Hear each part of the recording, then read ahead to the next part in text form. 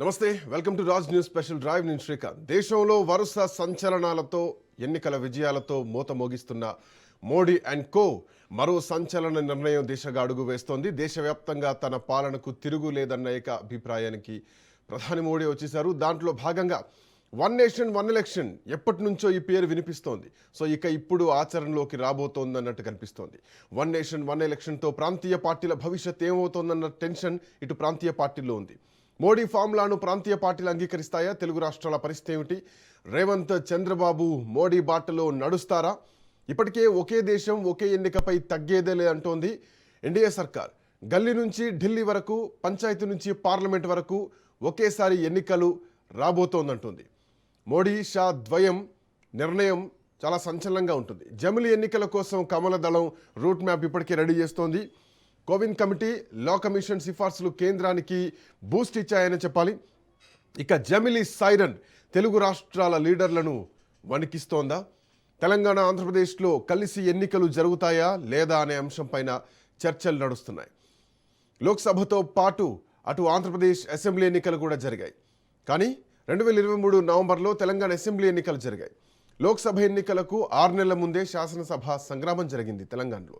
జమిలీ ఎన్నికల పేరుతో కొందరు దేశాన్ని కబళించాలని చూస్తున్నారని గతంలో రేవంత్ రెడ్డి ఆవేదన వ్యక్తం చేశారు. ప్రతి ఒక్కరూ జమిలీ ఎన్నికలకు వ్యతిరేకంగా దేశవ్యాప్తంగా పోరాడాల్సినటువంటి అవసరం ఉందన్నారు. అలాంటి వ్యక్తి ఇప్పుడు తన సీటుకు ఎలాంటి ఢోకా లేదని చెప్పుకొస్తున్నారు. నోట్ల రద్దంశం కానీ, తో పాటు జీఎస్టీ అమలు కానీ, ఆర్టికల్ 370 కానీ, అయోధ్య రామమందిర నిర్మాణం, మహిళలకు 33% రిజర్వేషన్లు, ఆపరేషన్ సింధూర్, ఇవన్నీ కూడా బీజేపీ పాలనలో చాలా కీలకంగా మారాయని చెప్పాలి. సో ఇప్పుడున్నటువంటి పరిస్థితుల్లో జమిలీ ఎన్నికలకు సిద్ధమవుతోందా? వ్యూహం అదే కనిపిస్తోందా? నియోజకవర్గాల పునర్విభజనతో ఉత్తర దక్షిణ భారత యుద్ధం జరిగేటువంటి అవకాశం ఉండబోతోంది అంటున్నారు రాజకీయ విశ్లేషకులు. సీట్లు తగ్గుతాయనేటువంటి భయంలో సౌత్ ఇండియా నాయకులు ఉన్నారు. గతంలో స్టాలిన్ లాంటి వ్యక్తులను ఎగ్జాంపుల్ తీసుకొస్తున్నారు. బట్ మహిళా రిజర్వేషన్ అమల్లోకి వస్తే సీట్లు పెరుగుతాయనేది ఇంకొక అంశం. ఇదొక బల్క్ ఆఫర్ లాగా కొంతమంది రాజకీయ విశ్లేషకులు మాట్లాడినటువంటి అంశం. మాట్లాడదాం. మంత్రివర్గ విస్తరణ జరగబోతోందా? One nation one election, delimitation bill, ఇవన్నీ ఒకేసారి తెరపైకి రాబోతున్నాయి. బండ రామ్మోహన్ రావు గారు మనతో పాటు జాయిన్ అవుతున్నారు. రామ్మోహన్ రావు గారు నమస్తే. నమస్తే అండి. పంజాబ్, ఉత్తరప్రదేశ్, గోవా, మణిపూర్తో పాటు ఉత్తరాఖండ్ ఎన్నికలు రాబోతున్నాయి. సో వచ్చే సంవత్సరం ఇక అఫ్కోర్స్ ఆల్మోస్ట్ ఎన్నికల ఫీవర్లోకి వచ్చేసాం. మొన్న 5 రాష్ట్రాల ఎన్నికల సమయంలో పశ్చిమ బెంగాల్ తోటి రాజకీయ ముఖ చిత్రం మారిపోయింది.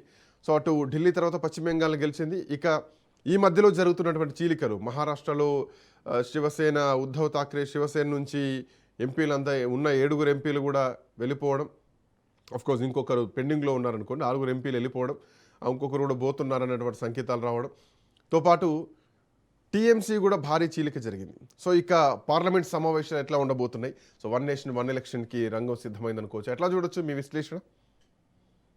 శ్రీకాంత్ గారు, మీకు అట్లాగే రాజ్ న్యూస్ ప్రేక్షకులకు నమస్కారం. నమస్తే. ఈ మూడు వేరు జమిలీ ఎన్నికలు, అవును, మహిళా బిల్లు, డిలిమిటేషన్ యాక్ట్, ఇవన్నీ వేరు. కానీ కలిపి కొడితే ఏదో మార్పు జరగబోతుందని మనకు కనిపిస్తుంది. అవును. కానీ సూత్రప్రాయంగా చూస్తే ప్రతిపక్షాలు అంటున్న దానిలో జమిలీ ఎన్నికలు అనేది సరైనవి కావు. ఎందుకంటే ఏ ఎన్నికకు ఆ ఎజెండా ఉండాలి. ఉదాహరణకు పంచాయతీలు ఏం చూస్తారు?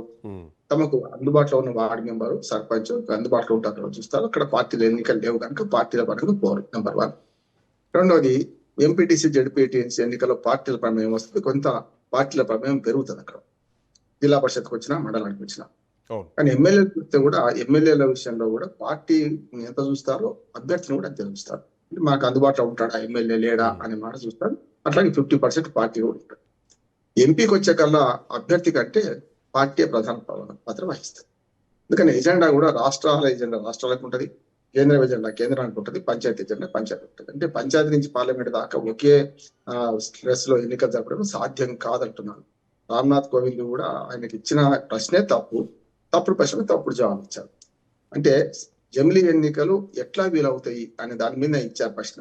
జమిలీ ఎన్నికలు అవసరమా కాదా, సాధ్యమా కాదా అని మాట ఇస్తే ఇంకో రకం రిపోర్ట్ వచ్చింది.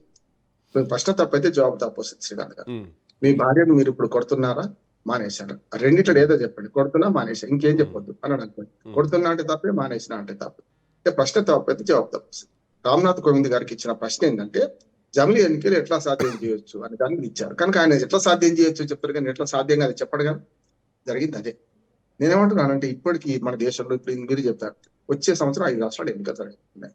ఈ సంవత్సరం 5 రాష్ట్రాలు ఎన్నికలు జరిగినాయి. అంతకుముందు 4 రాష్ట్రాలు ఎన్నికలు జరిగినాయి.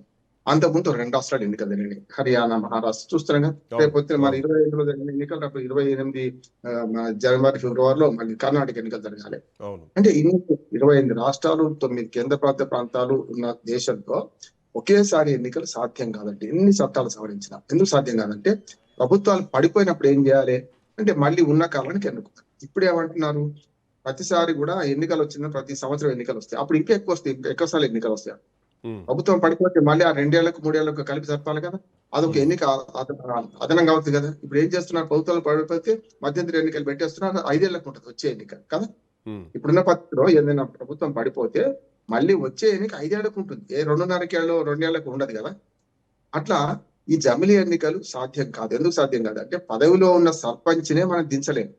ఉదాహరణకు చాలా సార్లు సర్పంచ్ ఎలక్షన్స్ పూర్తి కాక ముందు 2 ఊళ్ళు గ్రామాలు కలుపుదామని తీసేద్దామని ప్రయత్నం చేశారు అనుకోండి. చూశారు కదా మొన్న 84 మున్సిపాలిటీలో.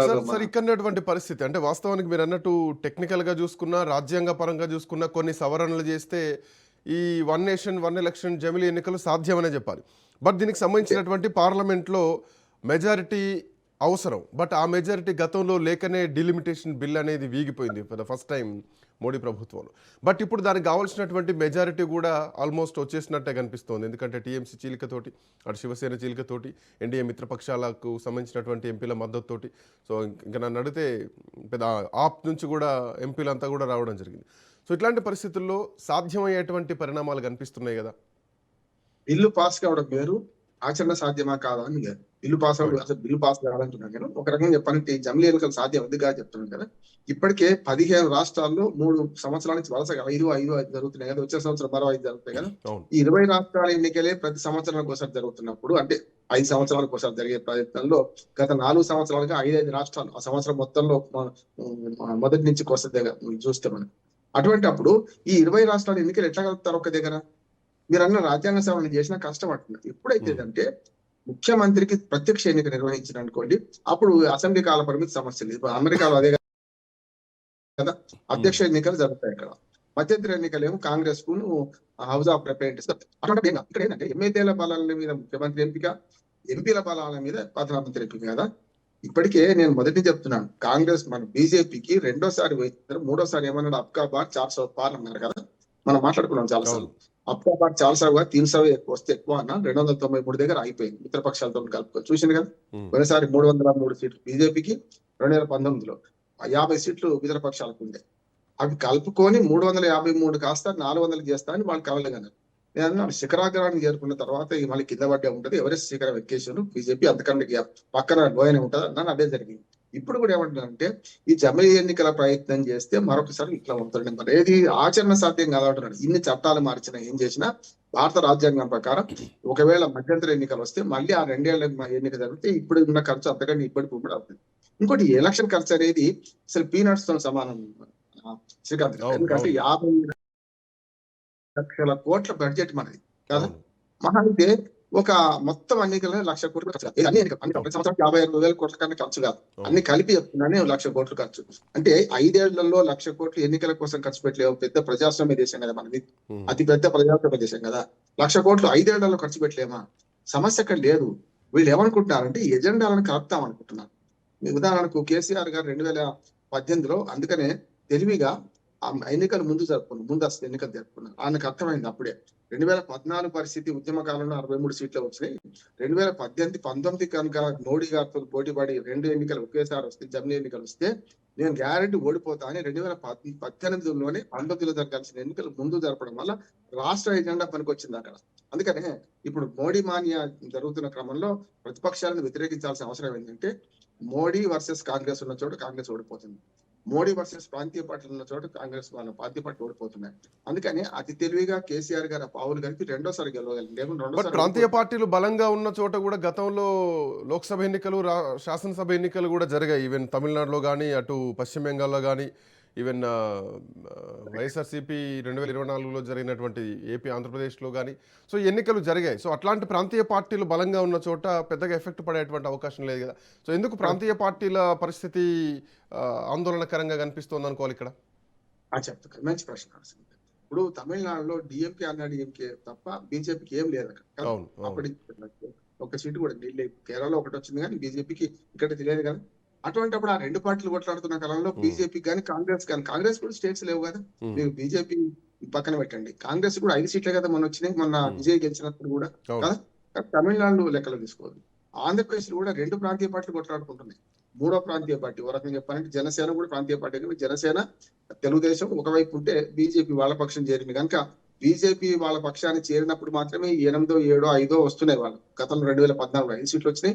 2018కి వచ్చేవరకల్లా 1 సీటు కూడా రాలేదు. 2024కి వచ్చేకల్లా 5 సీట్లు వచ్చినాయి బీజేపీ. అంటే బీజేపీ అక్కడ ప్రధాన పాత్ర లేదు. ఆ 2 ప్రాంతీయ పార్టీలు అంటే తమిళనాడు ఎట్లాంటి ప్రాంతీయ పార్టీలో ఇక్కడ కూడా 2 ప్రాంతీయ పార్టీలే కలవడం వల్ల బీజేపీ మద్దతు 2%, 3% ఉంటున్నా కలవడం వల్ల ఇటు ప్రెస్ అయింది కానీ లేదు.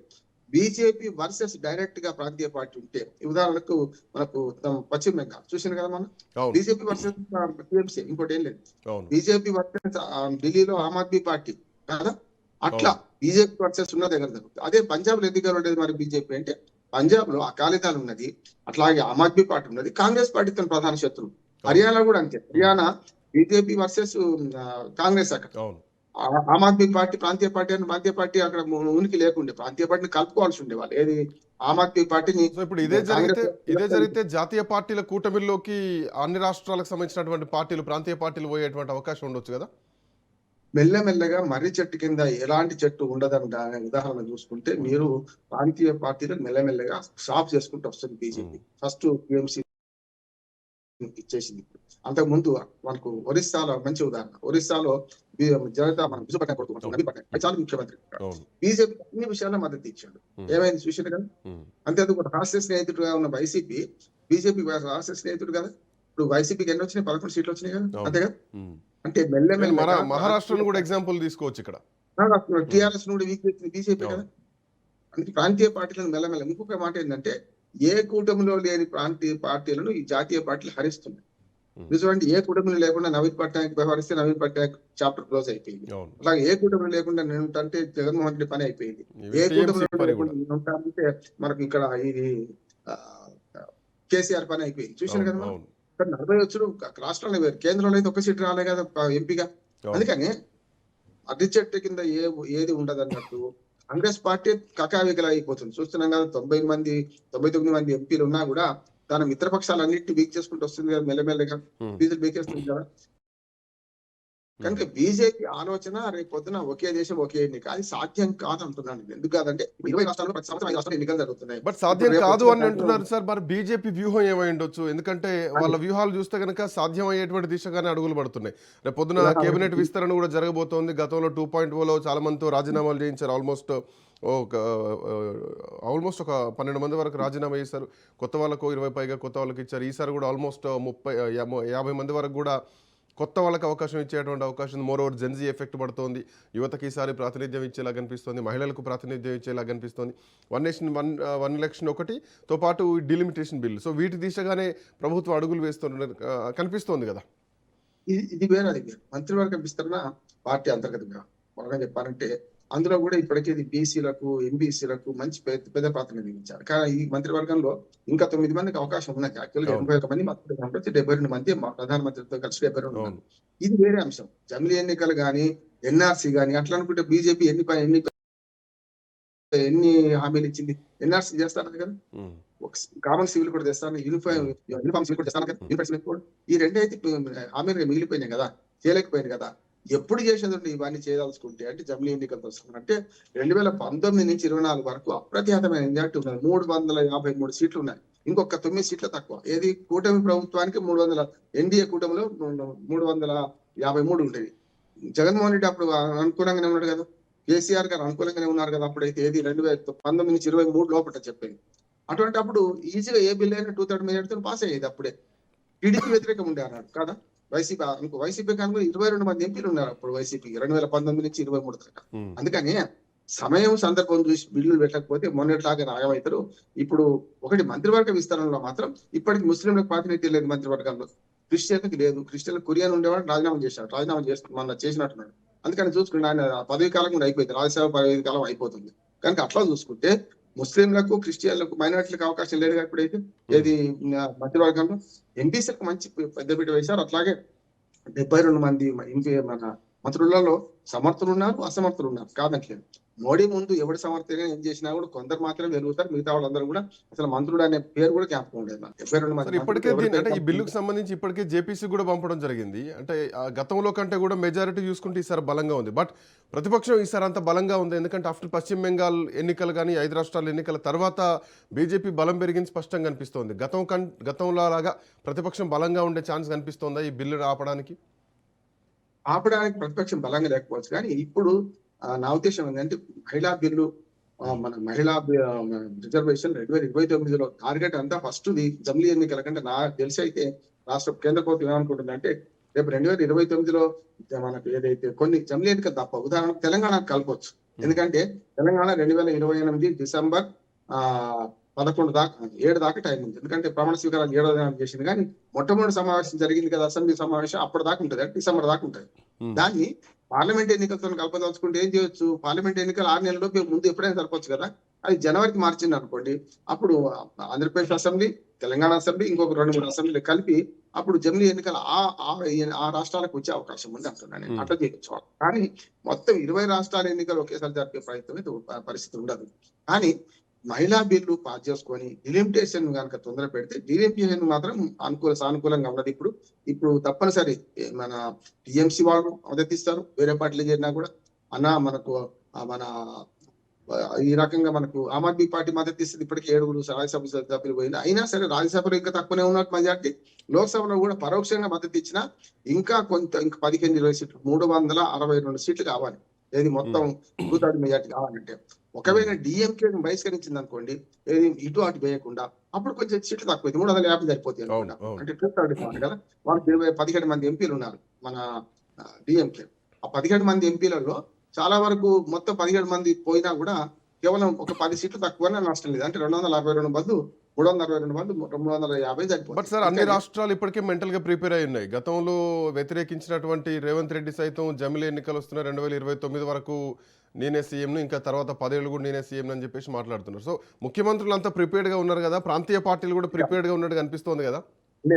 లేదు. ఇప్పుడు కాంగ్రెస్ రేవంత్ రెడ్డి మాటలు అర్థరహితం. ఎందుకంటే ఆయన ముఖ్యమంత్రికి ఉంటాడు 2029 ఎన్నికలైనా కూడా.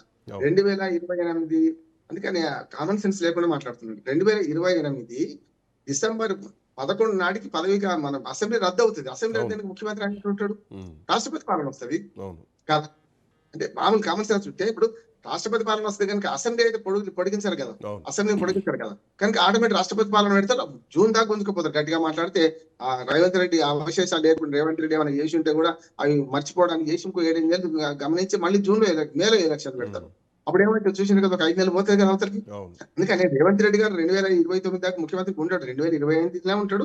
అసెంబ్లీ రద్దు కాగానే ఆటోమేటిక్ రాజీనామా చేసి పోతుంది, పదవి పోతుంది అంటున్నాడు. అది వేరు. ఇక్కడ ఒక్క రేవంత్ రెడ్డి అందుకని నేను చెప్పింది తెలంగాణ కూడా కలిపే అవకాశం ఉంది అంటున్నాను. కానీ మిగతా రాష్ట్రాలు ఎట్లా కలుస్తాయి? ఇప్పుడు ఈ సంవత్సరమే 2026లో 5 రాష్ట్రాలు ఎన్నికలు జరిగినాయి. ఇవైతే ముందు 4 ఏళ్ల ముందు అయితే చేయలేరు కదా, 2 ఏళ్ల ముందు అయితే చేయలేరు కదా అప్పటికి. అందుకని జమిలీ ఎన్నికలు ఒక కళ.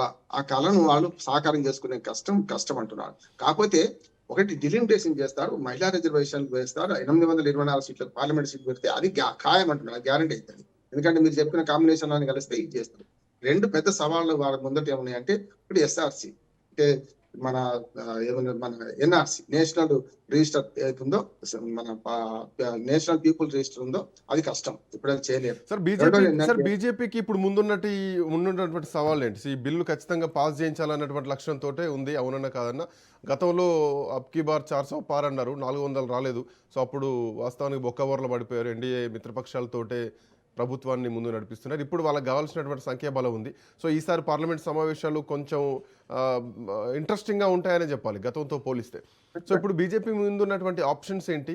ఇంకా రాబోయేటువంటి ఎన్నికల్లో ఖచ్చితంగా గెలుపు దిశగానే కనిపిస్తోంది ఈ వెదర్ చూస్తే.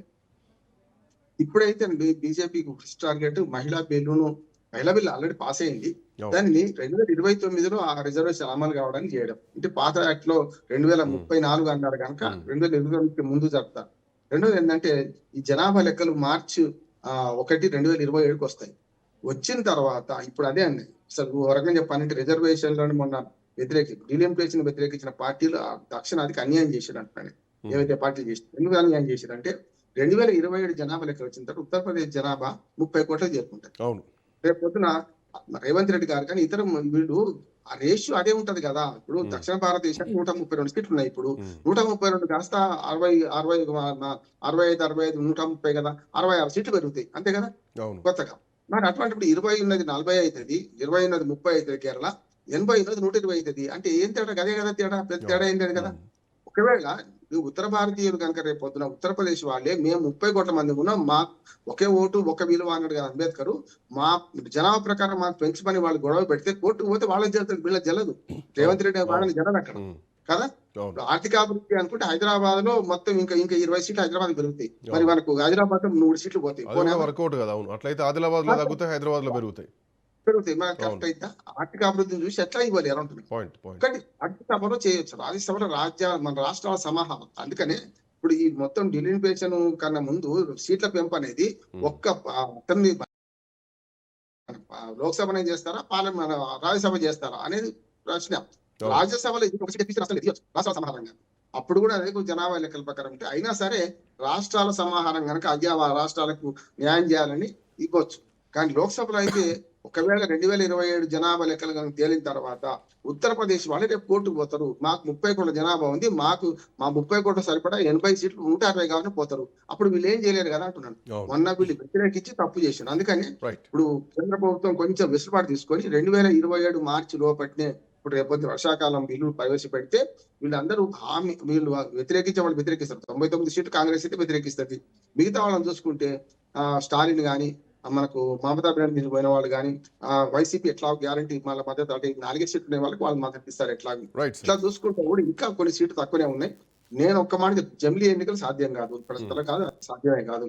రెండోది మహిళా బిల్లు 2027 లోపటి డెలిమిటేషన్ 2029లో డెలిమిటేషన్ ప్రకారం 814, 16, 24 సీట్లు పెంచి ఇది మాత్రం సాకారం చేసుకుంటారు. రైట్. తప్పక దీన్ని అధిగమించే ప్రయత్నం బీజేపీ.